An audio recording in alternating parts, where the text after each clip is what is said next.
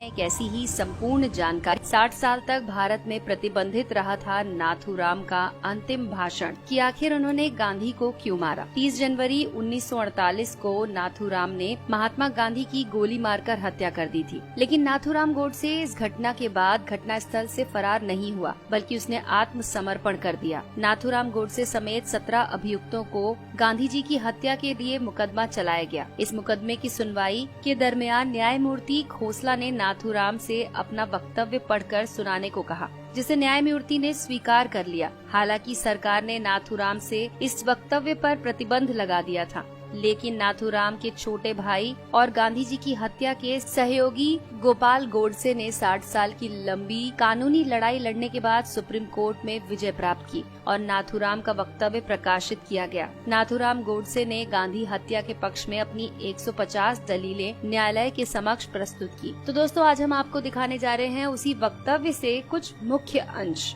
नाथूराम का विचार था कि गांधी जी की अहिंसा हिंदुओं को कायर बना देगी। कानपुर में गणेश शंकर विद्यार्थी को मुसलमानों ने निर्दयता से मार दिया था। महात्मा गांधी भी हिंदुओं से गणेश शंकर विद्यार्थी की तरह अहिंसा के मार्ग पर चलना और बलिदान करने की बातें करते थे। नाथूराम गोडसे को भय था कि गांधी जी की अहिंसा वाली नीति हिंदुओं को कमजोर बना देगी और वो अपना अधिकार प्राप्त नहीं कर पाएंगे। 1919 को अमृतसर के जलियांवाला बाग में गोलीकांड के बाद से पूरे देश में ब्रिटिश हुकूमत के खिलाफ आक्रोश उफान हो गया था। भारतीय जनता इस नरसंहार के खलनायक जनरल डायर पर अभियोग चलाने की मंशा को लेकर गांधी जी के पास गई, लेकिन गांधी जी ने भारतवासियों की इस आग्रह को समर्थन न देने का साफ साफ कह दिया। महात्मा गांधी ने खिलाफत आंदोलन का समर्थन करके भारतीय राजनीति में सांप्रदायिकता का जहर घोल दिया। महात्मा गांधी खुद को मुसलमानों का हितैषी की तरह पेश करते थे। वो केरल के मोपला मुसलमानों द्वारा वहाँ के 1500 हिंदुओं को मारने और 2000 से अधिक हिंदुओं को मुसलमान बनाए जाने की घटना का विरोध तक नहीं कर सके।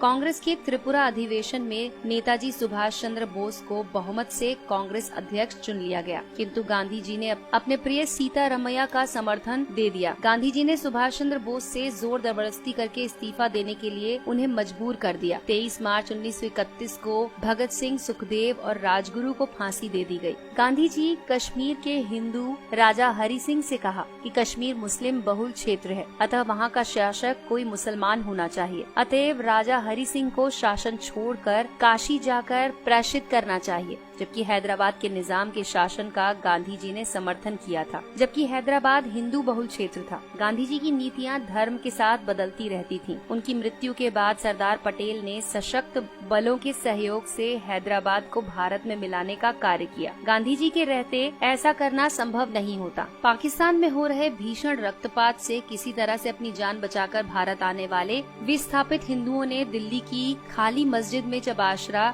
स्थायी रूप से लिया तो मुसलमानों ने मस्जिद में रहने वाले हिंदुओं का विरोध किया, जिसके आगे गांधी जी नतमस्तक हो गए और गांधी जी ने उन विस्थापित हिंदुओं को, जिनमें बूढ़े, स्त्रियां और बालक अधिक थे, मस्जिदों से खदेड़ दिया। बाहर ठिठुरते सर्दियों में रात बिताने पर उन्हें मजबूर किया गया। महात्मा गांधी ने दिल्ली में स्थित मंदिर में अपनी प्रार्थना सभा के दौरान नमाज पढ़ी, जिसका मंदिर के पुजारी से लेकर तमाम हिंदुओं ने विरोध किया, लेकिन गांधी जी ने इस विरोध को दरकिनार कर दिया। महात्मा गांधी एक बार भी किसी मस्जिद में जाकर गीता का पाठ नहीं कर सके। लाहौर कांग्रेस में वल्लभ भाई पटेल का बहुमत से विजय प्राप्त कर गए, किंतु गांधी जी अपनी जिद के कारण ये पद जवाहरलाल नेहरू को दे गए। गांधी जी अपनी मांग को मनवाने के लिए अनशन, धरना, रूठना, किसी से बात न करने जैसी युक्तियों को अपनाकर अपना काम निकलवाने में माहिर थे। इसके लिए वो नीति अनीति का लेश मात्र भी विचार नहीं करते थे। 14 जून 1947 को दिल्ली में आयोजित अखिल भारतीय कांग्रेस समिति की बैठक में भारत विभाजन का प्रस्ताव अस्वीकृत होने वाला था, लेकिन गांधी जी ने वहां पहुंचकर प्रस्ताव का समर्थन रखा।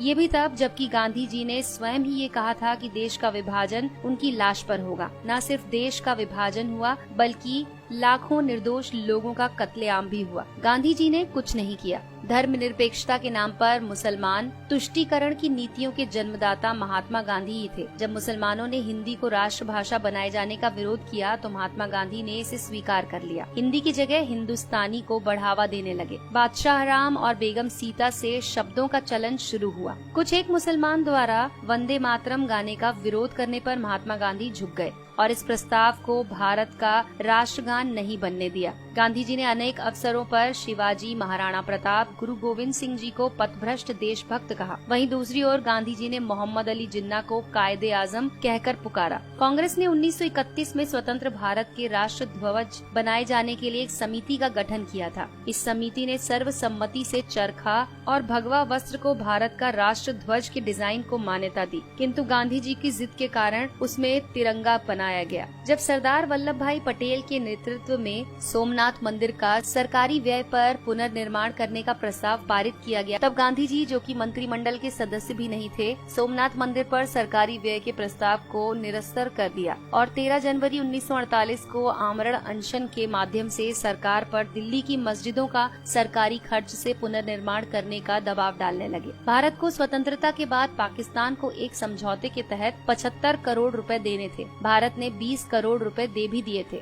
लेकिन इसी बीच 22 अक्टूबर 1947 को पाकिस्तान ने कश्मीर पर आक्रमण कर दिया। केंद्रीय मंत्रिमंडल ने आक्रमण से क्षुब्ध होकर 55 करोड़ की राशि न देने का निर्णय ले लिया था, जिसका महात्मा गांधी ने विरोध किया और आमरण अनशन शुरू कर दिया, जिसके परिणाम स्वरूप 55 करोड़ की राशि भारत ने पाकिस्तान को दी। महात्मा गांधी भारत के नहीं अपितु पाकिस्तान के राष्ट्रपिता थे, जो हर एक कदम पर पाकिस्तान के पक्ष में खड़े रहे, फिर चाहे पाकिस्तान की मांग जायज हो या नाजायज। गांधी जी ने कदाचित इसकी परवाह नहीं की। तो दोस्तों, इन घटनाओं को देश विरोधी मानते हुए नाथूराम गोडसे ने महात्मा गांधी की हत्या को न्यायोचित ठहराने का प्रयास किया। नाथूराम ने न्यायालय में स्वीकार किया कि महात्मा गांधी बहुत बड़े देशभक्त थे। उन्होंने निस्वार्थ भाव से देश सेवा की। मैं उनका बहुत आदर करता हूँ, लेकिन किसी भी देशभक्त को देश के टुकड़े करने के एक संप्रदाय के साथ पक्षपात करने की अनुमति नहीं दे सकता हूँ। गांधी जी की हत्या के सिवाय मेरे पास कोई दूसरा उपाय नहीं था। तो दोस्तों, अगर आपको ये जानकारी पसंद आई हो तो इस वीडियो को लाइक कीजिए और अपने दोस्तों के साथ शेयर कीजिए। दोस्तों, आपको हमारी ये वीडियो कैसी लगी हमें कमेंट सेक्शन में जरूर लिखकर बताएं।